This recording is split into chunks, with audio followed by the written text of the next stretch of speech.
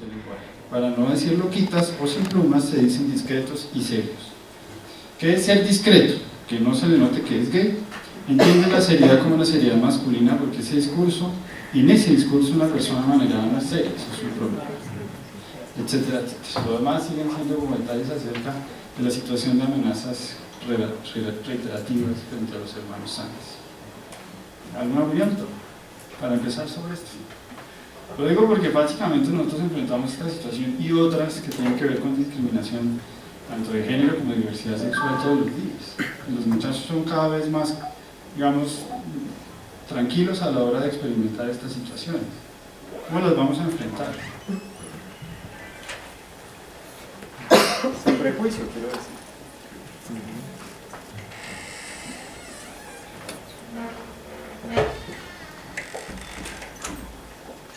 ¿Tú levantaste la mano o estabas haciendo? ¿Alguna opinión? ¿Indica? ¿Cómo enfrentar el prejuicio que ahora representa el hecho de que los... Voy a decir un par de cosas a ver si arrancamos la conversación, insisto, quisiera que fuera más compartida. Una pregunta general, un poquito de filosofía frente a esto. ¿Cómo se define alguien? Una mujer, un hombre, un niño, un joven. ¿Qué hace a un individuo lo que es? ¿Su sexo? ¿El género? Acuérdense que cada vez está más clara la diferenciación entre sexo y género. El trabajo, la profesión, el estrato económico. Uno de los detalles importantes de la crónica que acabo de leer es que no ocurre en San Mateo. ¿Sí? Está ocurriendo entre los jóvenes de la Universidad de los Andes. ¿Sí? Lo cual indica cosas de alguna manera. La historia, la nacionalidad. Enfrentamos muchachos con una historia fuerte, con nacionalidades, pero eso es lo que los define. Los ropajes, como en ese caso, los gustos, las afinidades. ¿Será eso? Sobre lo que acabas de leer, es un ser humano. Los seres humanos tenemos rasgos coincidentes, somos mortales, tenemos temores, tenemos sueños, necesidades. Y eso indistintamente de la orientación sexual que tenga la persona. Para hacer la pregunta, Gracias. quiero que define la persona, pues, de la psicología, cada uno de los parámetros define a un individuo como individuo propio. Entonces, ¿qué nos diferencia uno de otros? Pues, la unión de cada uno de sus parámetros, eso es lo que nos diferencia a cada uno de nosotros. Haciendo la pregunta 6, ¿qué es lo que hacemos que somos lo que somos? Es una pregunta difícil, la filosofía no la ha resuelto, porque hace parte, para hablar un poquito técnicamente, de lo que se conoce como antropología filosófica, cómo se define un hombre. En la tradición se decía así, cómo se define un hombre, pero ustedes ya saben que esa palabra hay que cambiarla para definirla como qué define a un ser humano, a una persona. ¿Sí? Y básicamente lo que sí sabemos es que ninguna de estas variables define a un ser humano en sentido estricto. ¿Cómo? De estas variables define a un individuo en sentido estricto.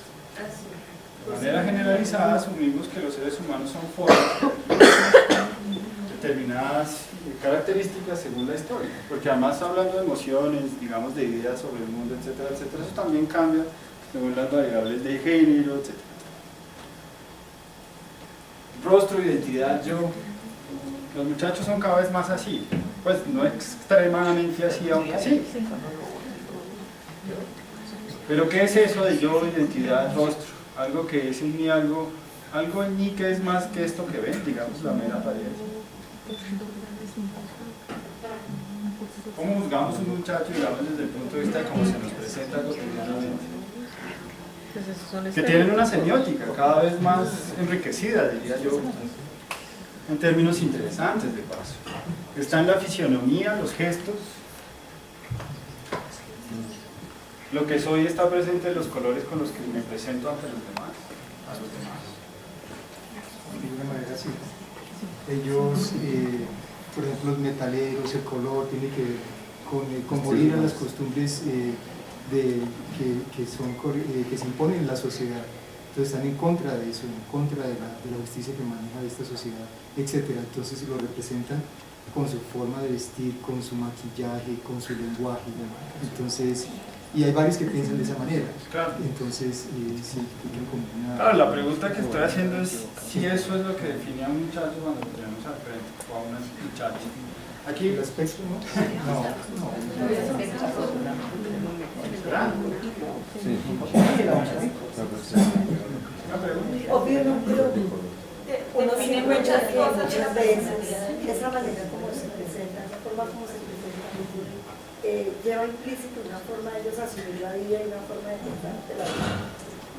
Uno sí puede en cierta medida determinar ciertas creencias, cierta forma de abordar la vida y las cosas. Muy bien. Por el aspecto que ellos quieren proyectar. Hay muchas Sin maneras, juzgar, malo o bueno.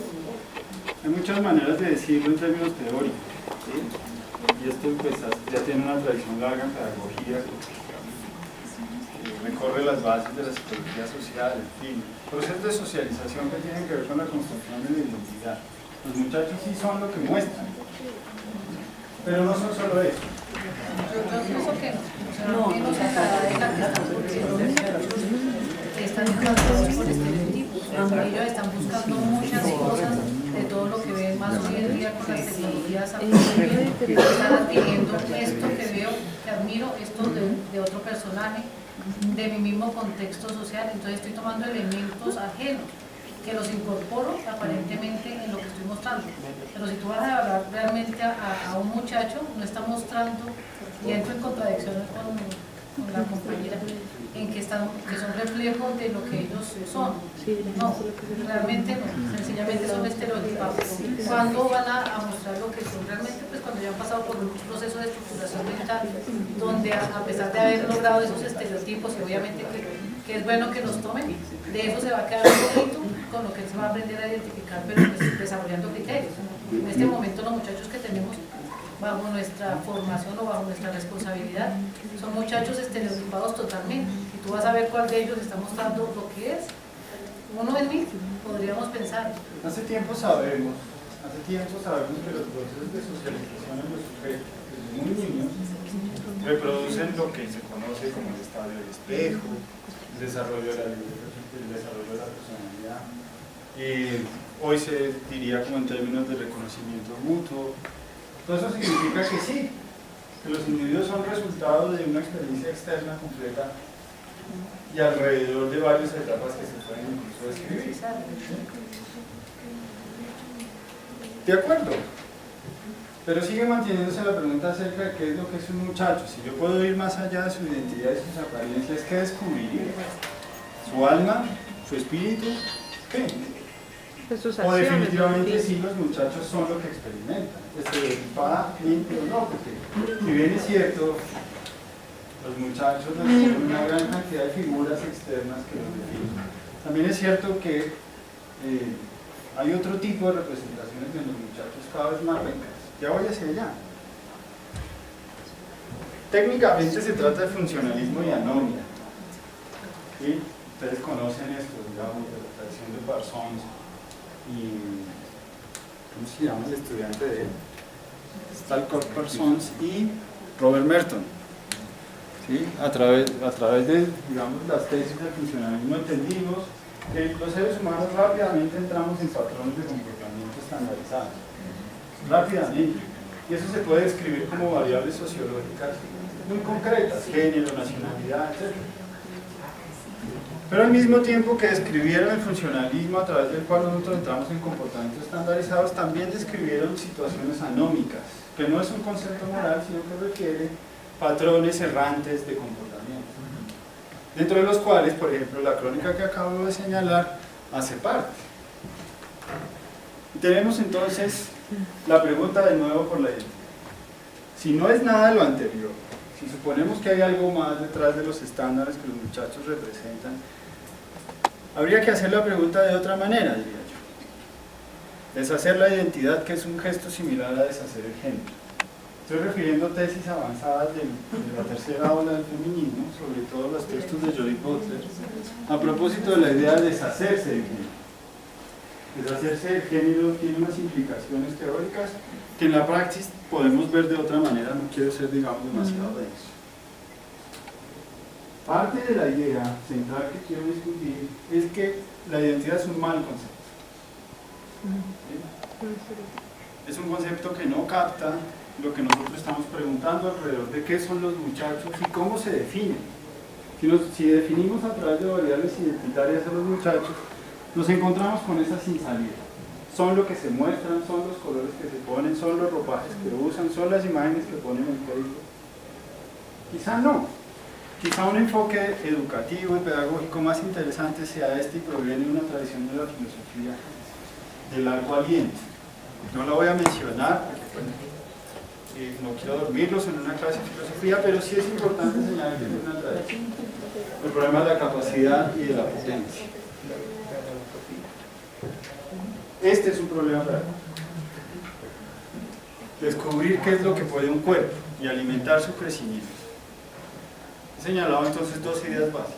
Uno, digamos que la identidad es un asunto que no se puede resolver ni teórica ni en la praxis.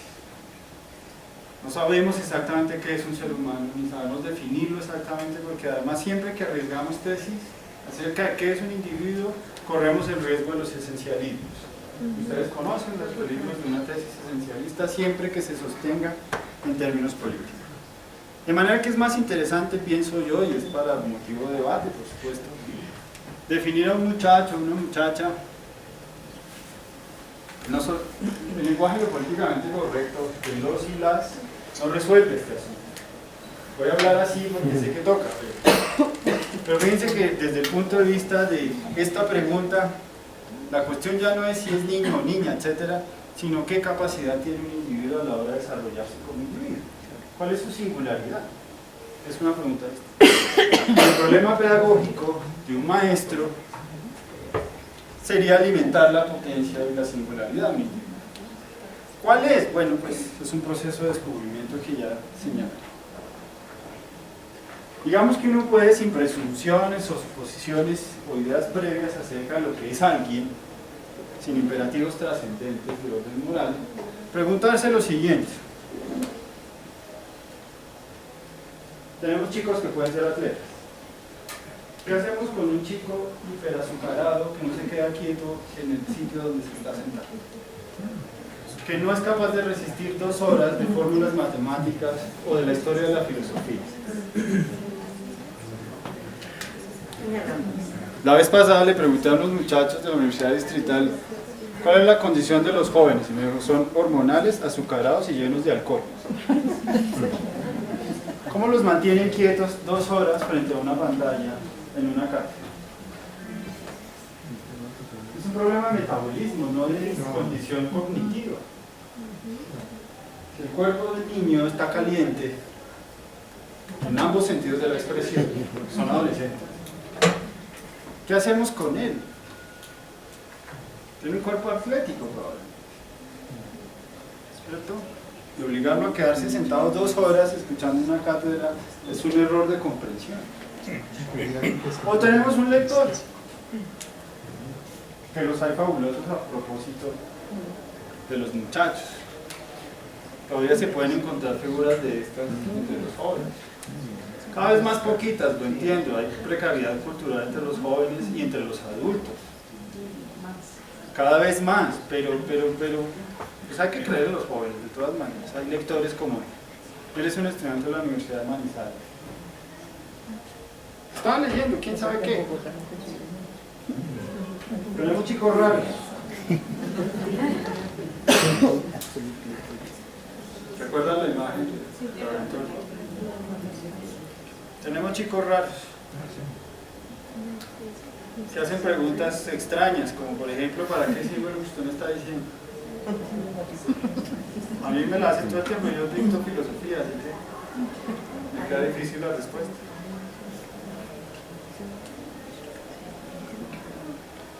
Bufones, siempre hay bufones. Que no es lo mismo un payaso. Es distinto. Gente jovial, jóvenes joviales, que hacen esas cosas, se visten así raro.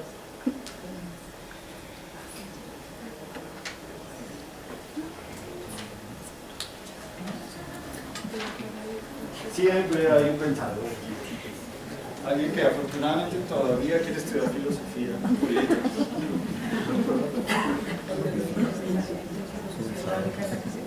Estoy de acuerdo. Estoy señalando filosofía porque eres estudiante de filosofía. Como lo primero que se me vino a la cabeza es Daniel. Él es egresado nuestro de hace 2 años. Y pues tiene la actitud de filósofo, ¿no?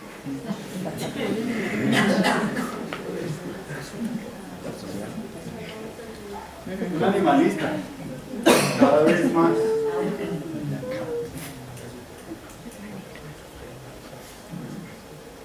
En el periódico, en semana, esta mañana aparecieron 2 muchachos, 2 ciclistas que se le pararon al frente a un señor que iba haciendo doble vía en una calle y lo tuvieron ahí como media hora diciéndole que era una estupidez lo que estaba haciendo.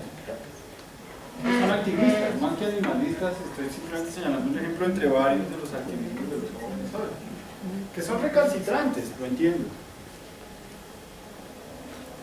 ¿Niño o niña? ¿Qué dicen ustedes?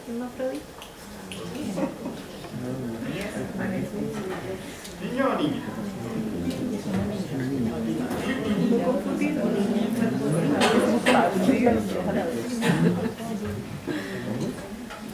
Bueno, a la hora de enseñarle algo, ¿importa? Depende. Sí. Depende del contenido que le vaya a enseñar. Por ejemplo, si le voy a enseñar algo relacionado con la menstruación, es necesario que lo sepan todos, pero más me interesa que lo entiendan las niñas. ¿Por qué? Como mujer, él lo entiende y lo interpreta más y le conviene más saber. Aunque al hombre también lo debe saber, pero directamente que lo va a vivir, que lo va a experimentar, que lo va a sentir y que sabe por qué, de qué se trata, es la niña, la mujer. Una pregunta. Como en los casos de los hombres, también hay casos que me interesan más a ellos que a las Una mujeres. pregunta. ¿Qué diferencia hay entre eso y enseñarles vocacionales y manualidades a las niñas y ejercicios más de ingeniería y matemáticas a las niñas? Por ejemplo, un ingeniero puede hacer tiene mayor fuerza, mayor fortaleza al ejecutar determinadas actividades que una mujer. Entonces, el ejercicio de pronto, el enfoque de ese ingeniero es diferente a la ingeniera. Estamos en situación de pregunta. Es un poco extraño, digamos, todavía hacer diferenciación de género a la hora de asumir áreas de aprendizaje. Por lo menos es un poco extraño para decirlo menos. Todavía seguimos dividiendo vocacionales entre actividades físicas y actividades cognitivas. ¿Puedo complementar un momentito lo que yo le pregunté? En algunos países donde, por ejemplo, los estamentos, las organizaciones que velan por los rescates, digamos, los bomberos y los incendios, se exige que la persona esté dotada físicamente de una forma muy fuerte. Porque una persona que no es tan fuerte no puede rescatar a otro individuo de una situación de peligro, ¿sí? No estoy hablando de género, estoy hablando de que hay ciertas características que sí obligan en algún momento a tenerlas en cuenta, en cualquier sentido. Cognitivamente yo no puedo exigirle lo mismo a un niño que tiene determinado talento que a otro niño que tiene otro talento. Porque no lo tengo. Yo no puedo pedirle a una niña, por ejemplo, que tiene una voz talentosa, que quiere cantar, me le enfoco por ese lado. Pero a esa misma niña no le puedo decir, usted no tiene que correr de aquí hasta allá en tantos segundos porque lo tiene que hacer, porque yo le digo. ¿Y dónde está la diferencia? En su capacidad. Muy bien, en su Esa diferencia hay que tenerla en cuenta. Muy bien, pero es una diferenciación que no pasa por el género. En general,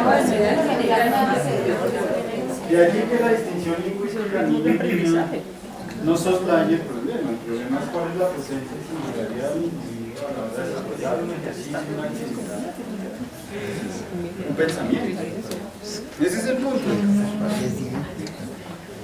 Estamos revolucionarios entre los muchachos. A mí me llama la atención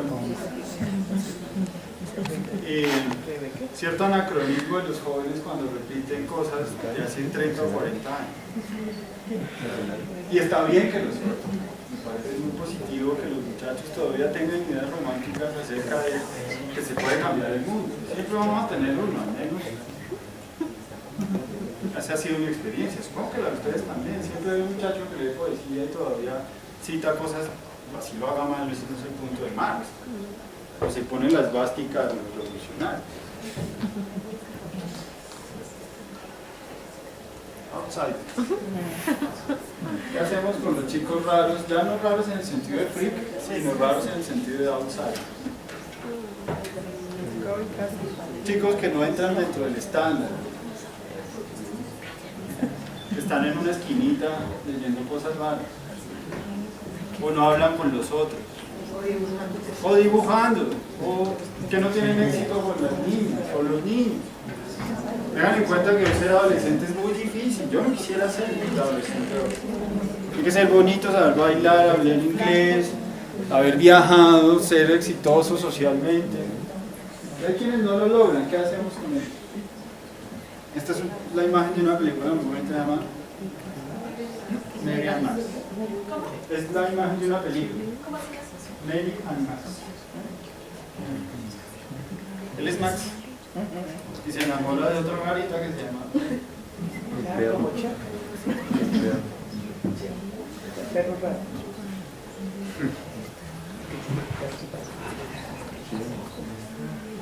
O pues los tenemos joviales y rumberos, cada vez más. Cada vez más. Cada vez más. Esta imagen pertenece a un librito de Marjane Satrapi que se llama Persépolis. Y dice, allá arribita, no se alcanza a ver bien, la fiesta no fue como me la había imaginado. En mi tierra, en Irán, en las fiestas todo el mundo comía y bailaba. En Viena preferían tumbarse y fumar, lo que sea. Es un dilema de la educación, ¿no? ¿Qué hacemos con los chicos rumberos? Cada vez más. ¿Usamos Dora? ¿Los regañamos? ¿Los castigamos con las notas? Ahorita en la universidad, por lo menos en mis clases, para no generalizar, cada vez que nos aproximamos hacia noviembre, los estudiantes van desapareciendo. Cada vez menos en clase. Usted entiende, están cansados. A mí me están entumbados.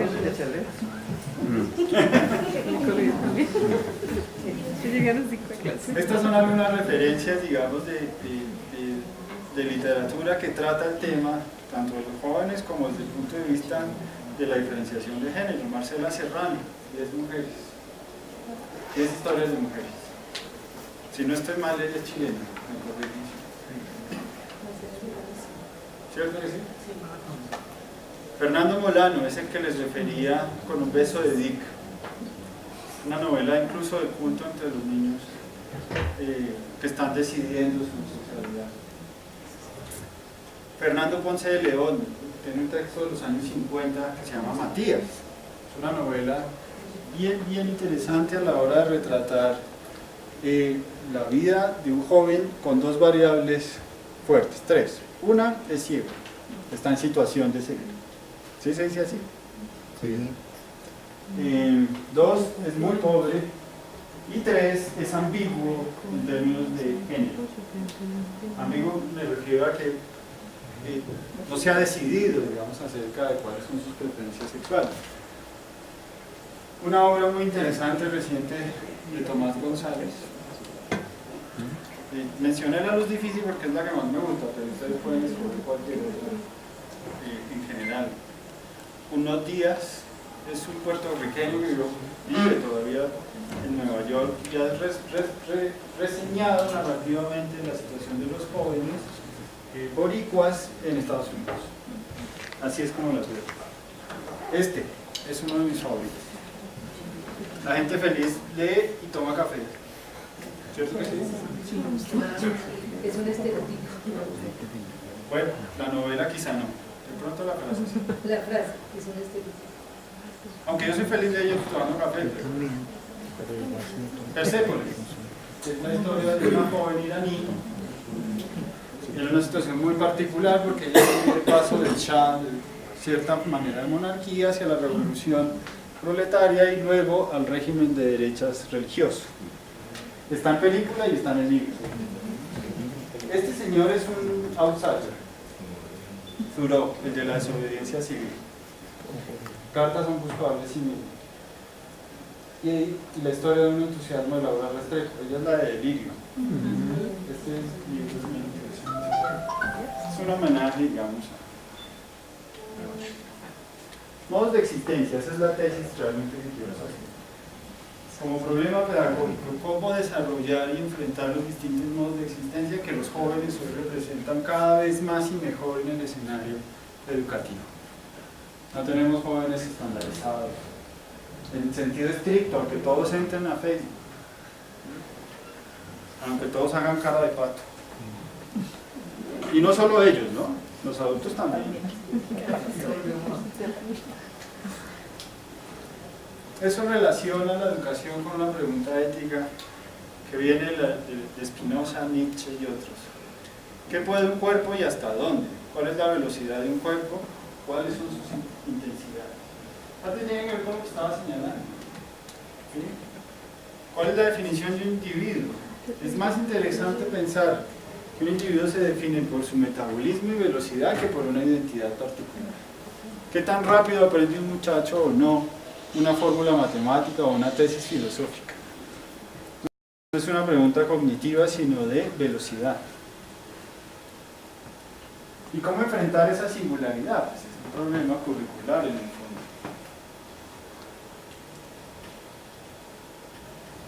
Esta es una distinción que permite saber una cosa sencilla. Desde el punto de vista de la potencia o del desarrollo de capacidades, para decirlo de otra manera, lo importante es saber distinguir entre aquello que acrecienta las posibilidades o capacidades de un individuo y aquello que las disminuye.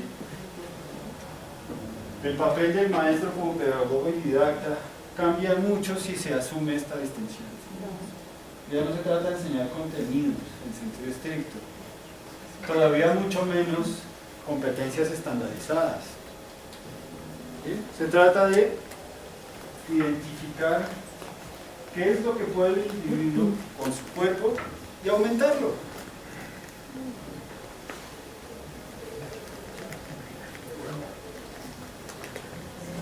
Y evitar todo aquello que lo apachurra.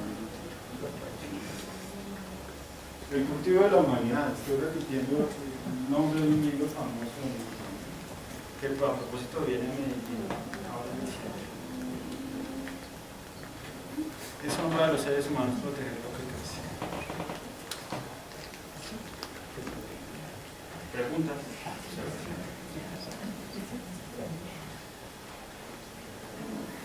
El pedagogo como un individuo que protege lo que crece, no que enseña o transmite información. Todavía mucho menos que forma. Ustedes saben el peligro de la expresión formación en términos de la tradición europea y de índole alemana y el romanticismo alemán, de donde viene. Formar individuos significa darle forma predeterminada según un funcionalismo social. Ustedes ya saben que la formación, y esto lo saben hace rato, la formación en pedagogía tiene implicaciones políticas porque formamos individuos funcionales a un determinado contexto. Cambia mucho y cambiamos de perspectiva cuando asumimos esta posibilidad. No se trata de formar individuos funcionales, sino gente capaz de ser lo que es.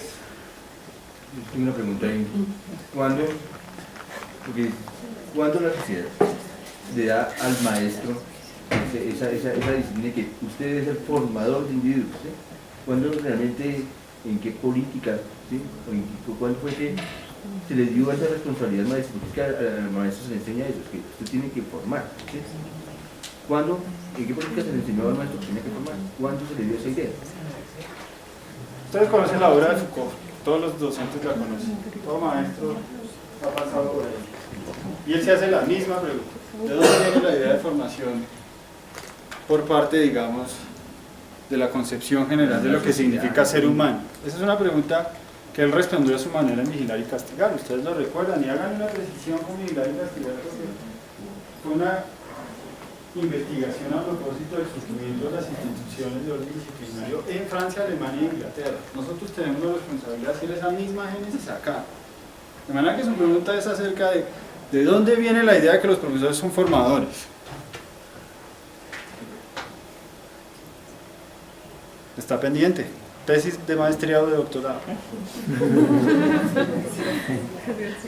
Pero más que eso, por supuesto no lo he respondido, más que eso lo que quisiera es que percibieran la posibilidad de cambiar la idea del docente como formador a un personaje que es mejor llamarlo maestro, ¿sí? No en el sentido, digamos, lambiscón de la expresión, sino maestro en el sentido de quien cuida lo que crece. No que forma, sino que cuida lo que crece, haciéndose una pregunta que, por ejemplo, las mamás rápidamente se hacen cuando ven a los niños chiquitos crecer. ¿Sí? Y es, ¿cuáles son las inclinaciones? ¿Cuáles son las posibilidades de un ser humano que va creciendo? Y la habilidad didáctica y pedagógica de una mamá se reproduce en el maestro de la misma manera. ¿Cómo percibir la singularidad de un individuo y acrecentarla? Si resulta que el muchacho no es capaz de resolver fórmulas de la historia, o no tiene afinidad con los libros, sino que anda con una pelota entre los pies todo el tiempo pateándola, ¿qué hacemos con él? Pero es que debe haber normas que tienen la generalidad. Está bien, no lo ponemos. Enseñémoslo a vivir adaptándose a una sociedad que es a la que pertenece. Porque ¿qué hiciéramos en una sociedad cada quien haciendo lo que quiera porque no lo podemos formar? No, es que tenemos que seguir unas normas que aquí o en cualquier país del mundo se deben cumplir. Y de todas maneras las culturas no son iguales. ¿Cómo vamos a comparar la cultura de un país, de un Estados Unidos con la cultura de nuestros barrios o colegios distritales? Hay que hacerse la pregunta de dónde vienen las normas. De la necesidad de vivir en sociedad, de la práctica de la sociedad, de tener justicia y equidad para todos los individuos. Porque la costumbre hace la ley. Y si en esa sociedad se acostumbra eso, es porque se va a proteger esa ley para que haya un buen vivir en todos los miembros de dicha sociedad. Es bien interesante empezar a hablar de los modos de existencia, porque realmente es interesante poderlo trabajar y en pedagogía creo que es fundamental. Le preguntaba ahorita a la maestra, ¿y qué hacemos entonces con el IFE que nos obligue, que nos mide constantemente? ¿Qué hacemos con la ministra de Educación donde hay plata si nos metemos en las líneas que ella se está proponiendo y que están respondiendo no a los intereses de una sociedad realmente, sino a los intereses políticos y económicos, especialmente lo último? ¿Sí? Dentro de ese trabajo pues, es bastante complicado hablar de modos de existencia. Bueno, una cosa es que las cosas tengan una causalidad, como en este caso de una y otra cosa es que no se puedan hacer las preguntas. Entiendo el llamado al realismo. Pero sí, usted tiene toda la razón, desde el punto de vista de la capacidad de las pruebas estandarizadas no aplican. Usted no le puede aplicar las mismas preguntas a un individuo de acuerdo a su singularidad. Estoy de acuerdo. Y dentro del trabajo pedagógico, sé que los maestros bueno, decían y muchas frases surgen a partir de que el amor de educación, está llena de muy buenos deseos. ¿Sí? Entonces, dentro de esa reflexión, pues en pedagogía uno tiene que empezar también a mirar que la existencia está marcada en unos contextos y no podemos sacar de los contextos. Entonces, es una posibilidad también, debemos ser muy realistas en el contexto que estamos trabajando. ¿Sí? Sabemos que también hay experiencias de resiliencia, donde un pelado, una niña, un joven, una señorita tienen un contexto bastante difícil y son capaces de salir adelante cambiándolo por completo. ¿Sí? Pero el contexto también afecta mucho, o sea, esa parte de la funcionalidad, las estructuras están montadas en muchas ocasiones para no poderse salir de ahí y es bastante complicado. Y nuevamente con la invitación que usted nos está haciendo, pues, a mí me llama mucho la atención en la parte de reconocer los modos de la existencia, o sea, cómo estamos viviendo nosotros en este mundo. A mí lo que me preocupa, y eso voy a señalar insistentemente, es seguir manteniendo la idea de formación sobre la base de normas estandarizadas. Mucho cuidado que los jóvenes están representando para los educadores cada vez más son retos a la hora de asumir sus distinciones en modos de existencia, no distinciones identitarias, es decir, nuevos comportamientos. nuevas maneras de asumir el conocimiento. E incluso, bueno, la palabra resiliencia probablemente viene al caso, pero es más interesante probablemente señalar resistencias en sentido estricto. Le voy a poner el ejemplo así para que lo entienda de manera directa con lo que hacemos todos los días en filosofía. Los muchachos que entran a estudiar filosofía entran directamente en el dilema funcional acerca de para qué les sirve una profesión de esta naturaleza. Todos los muchachos tienen la misma pregunta. Nosotros también, por supuesto. ¿Sí? ¿Cómo hacemos? Le digo al muchacho que la respuesta es que política pública, la tendencia es hacia la financiación de tecnología, innovación, ¿cómo es la otra? Ciencia, tecnología e innovación. Y que la filosofía no tiene un lugar específico y que nadie sabe cómo responder.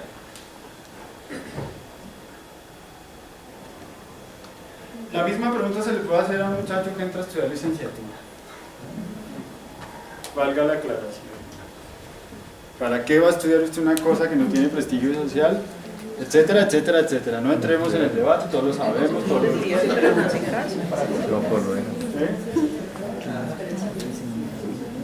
Hay preguntas más gruesas que estas son preguntas éticas, preguntas más gruesas que ya tienen que ver con diseños curriculares. ¿Cómo se construye una manera curricular a la hora de establecer caminos de aprendizaje y enseñanza sobre la base de la noción de capacidad?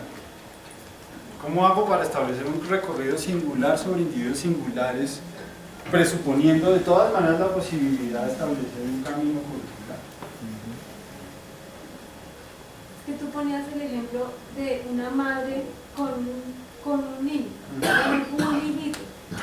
Ponte en el lugar del maestro, pues tú eres maestro, uno en el aula tiene 50 chiquitos o adolescentes y no es una madre con un niño, sino varios cursos de 50 niños, ¿cierto? Para hacer un currículo de esa naturaleza. Pues con esas características, ¿es posible? No sé. Bien, Así okay. fuera de 30 estudiantes. Hasta 10 creo que es posible, pero como lo que yo sé, por modo, digamos, de desarrollar esta dirección, esto es un hecho social, no lo digo yo porque sea mi idea, es un hecho social. Es que el enfoque de capacidades está alimentando los currículos de los estratos altos. ¿Sí? Lo cual significa que la relación número de estudiantes y profesor es muy corta, muy chiquita. Entiendo que el enfoque de capacidad tiene ese efecto y se puede, digamos, desarrollar mecanismos de financiamiento que implicarían un fuerte desarrollo de cuerpos profesionales para, digamos, suplir la necesidad de currículos montados sobre enfoque de capacidades. Lo entiendo, no es posible si yo tengo 50 muchachos, no es posible. Y ustedes ya saben que los índices de calidad de la educación, uno de los indicadores es justamente ese, porque, digamos, permite relacionar el encuentro directo de una singularidad con un maestro que es capaz de desarrollarlo y hacerlo crecer. ¿Cuál es la paradoja en Colombia? Que sí se usa el enfoque, pero para quienes tienen acceso a la educación. Lo cual es uno de los síntomas, digamos, más radicales de injusticia social. Sí, señora. Yo entiendo la postura de los docentes y quiero hacer una defensa a estos docentes y me adhiero un poco a lo que dice Anabela, y es que yo creo que los docentes que están aquí sí lo hacen. Lo que pasa es que ese tema de la exactitud, de cómo hacerlo, que tener esa relación directa con el chico, incluso pasando por la experiencia de colegios con 10 estudiantes en el aula, no es posible, porque todas esas existencias pues precisamente me ponen a mí en un rol diferente donde realmente acercarme no necesariamente es posible, aunque haya muy pocos dentro del aula. Pero la experiencia que yo tengo con lo que los profesores han venido construyendo y lo que hemos acompañado durante 2 años, yo sí creo, profes, que ustedes lo hacen. Lo que pasa es que sí creo que hay una adaptación de esto que se está presentando, porque ustedes sí se preocupan por los estudiantes, obviamente no como la mamá se podría preocupar por el hijo, pero sí creo que hay un cuidado de lo que ustedes vienen trabajando, de lo que ustedes ven como posibilidades a sus estudiantes. creo que sí hay una gran posibilidad y creo que la reflexión la propondría yo es más como esa línea de fuga que podemos crear pensándonos como unos docentes diferentes que estamos potenciando otras posibilidades dentro de lo que en este momento tenemos. Porque claro, si yo lo llevo a la práctica, y más a la práctica en el contexto en el que nos encontramos hoy, sería casi que inviable, porque sabemos que no es posible, pero incluso en los colegios donde tú mencionas que tienen muchísimo presupuesto, sigue siendo inviable por muchísimas cuestiones humanas. Entonces yo sí siento, profes, que ustedes sí lo hacen y con el equipo lo hemos discutido. Lo que pasa es que claro, hay que darle más reflexión, hay que escribirlo más, hay que documentarlo un poco más, pero yo sí siento que esos énfasis, por ejemplo, de matemáticas, que a veces son como los que más se sienten como que siempre nos dicen que las matemáticas, sí lo están haciendo, sí hay una intención y hay unas prácticas que sí permiten el desarrollo de las capacidades y el reconocimiento de esos chicos que están ahí, de esas existencias que están presentes en las aulas a diario. Sí, no me malentiendan, yo lo que estoy tratando de señalar es que... Estamos entendiendo. Técnicamente el enfoque de capacidades es un concepto empírico, lo cual significa que viene de la experiencia. Es decir, una conceptualización de cosas que están pasando. ¿Sí? No es un modelo abstracto que viene, digamos, de continentes extranjeros. Por el estilo. Justo lo que estoy tratando de señalar es que parte de esto está ocurriendo dentro de las concepciones deconstruidas de la educación. Ahora bien, todas las preguntas que hay que hacer son las que hay que empezar a resolver en términos administrativos. Este es un problema que en la praxis se vuelve administrativo. ¿Cómo garantizar procesos que permitan la aplicación de este enfoque? Tiene que ver con choques culturales en el sentido de las generaciones que se enfrentan todo el tiempo frente a ustedes y ante nosotros. ¿Sí? Los chicos son cada vez más chicos y nosotros cada vez más viejos. Pues no, ustedes no. ¿Sí? Y eso implica unas brechas que nos separan radicalmente de lo que los jóvenes hacen y sienten. De construir la educación en parte tiene que ver con asumir la posibilidad de retornar hacia la pregunta de dónde es que viene a parar la formación o el papel de formador de un maestro. ¿A dónde es que viene a parar? Si es un problema meramente cognitivo, comportamental, ético, moral, no sé. Probablemente no sea ninguna de esas cosas. Y una pregunta que hay que hacer y que viene, digamos, a complementar un poco la precariedad de la situación social de los maestros, y es que cuando un maestro se dedica a hacer crecer a un individuo sus capacidades, da mucho de sí mismo, de su tiempo, de su dedicación, de su atención, porque se trata de cuidar algo que está creciendo y lo que crece se demora y requiere mucha atención. Ustedes saben que la discusión sobre el límite entre familia y escuela está cada vez más difusa. ¿A dónde viene a parar el límite entre la familia y la escuela? ¿En qué medida el maestro es o no padre, madre, familiar, tío, abuelo, amigo? ¿Sí? Con todas las implicaciones que eso tiene en el orden cotidiano. Así que no es solo desprestigio social, sino además un fuerte compromiso ético de los maestros hacia sus estudiantes que tiene implicaciones anímicas. Ustedes saben las patologías de los maestros, ¿no? Los índices de suicidio, los índices de depresión,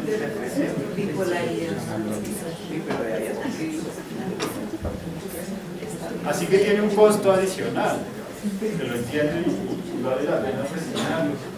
Entre otras porque es un motivo poco explorado en investigación social reciente. Establece un marco de patologías de los maestros para poder mostrar los costos que se tienen y que no se suplen con salud o con salario.